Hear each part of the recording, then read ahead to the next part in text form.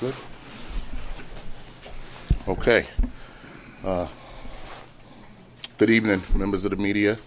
I'm joined here with Chief Griffin from our Force Investigations Division, Deputy Commissioner Operations Kaz Daughtry, and the Commanding Officer of Patrol Bureau Brooklyn North, Chief Henderson.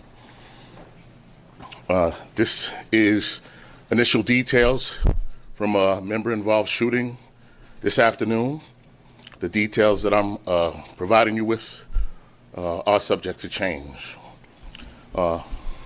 Today's date, at approximately 2:57 in the afternoon, there was a shot spotter activation in the confines of the 88th Precinct in proximity of 81 North Portland, which is the Whitman houses.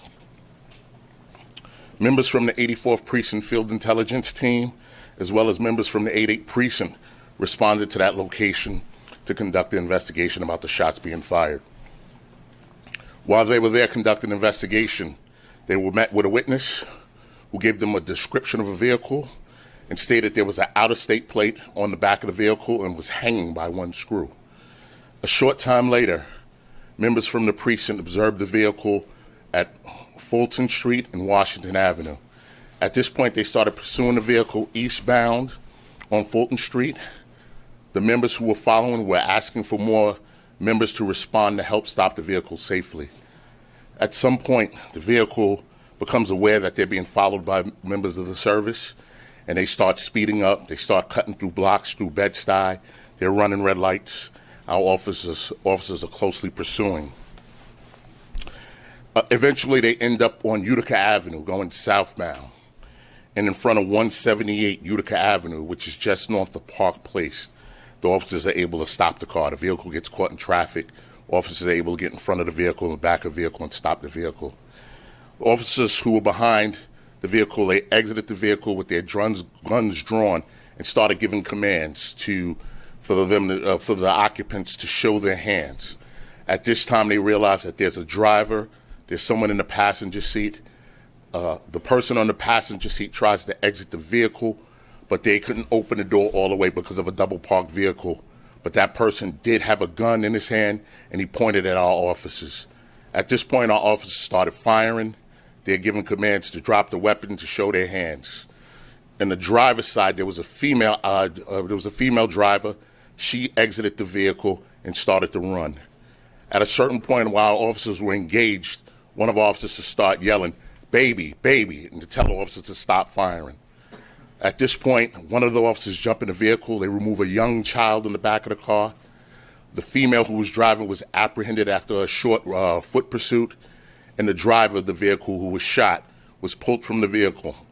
The officers handcuffed the person. They started performing life safety measures, and they recovered a semi-automatic weapon, as you see here, that Chief Griffin is holding, with an extended clip. All the people who were involved, all the officers, they were all removed to a local hospital. At this point, the male succumbed to his injuries. As part of this investigation, the male, who I will not identify at this time because we're still making notification, but we become aware that this male is someone who's wanted for a homicide that occurred back in March of 2024 in the confines of the 75th Precinct, a particularly vicious homicide that I had the opportunity to observe on camera. He's been wanted and he's been on the run since March, and he was apprehended today by members of the 84th Precinct. The baby was removed to the hospital. The baby was safe. The female driver was moved to the hospital. She had 2 gunshot wounds to the right thigh, and the male who had the firearm, who pointed it at the officers, sustained multiple gunshot wounds. None of the officers were hit by gunfire.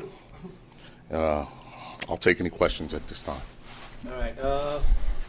Kerry Burke? Yeah, Kerry Burke. Hey, how are you? Fine, thank you. Did you get a shot off? That we don't know. I had an opportunity to personally observe the body cameras.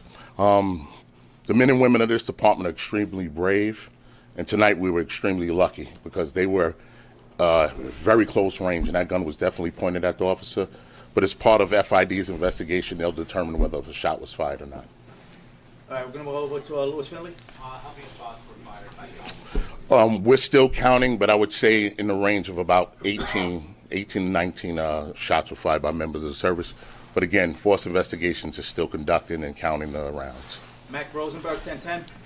Hey, Chief. Yes, how are you? An eyewitness at the scene said he saw an officer put a knee on this man's back when he took him out of the car. Is there any... That I can't answer. That'll be part of the investigation. I saw them pull the man out.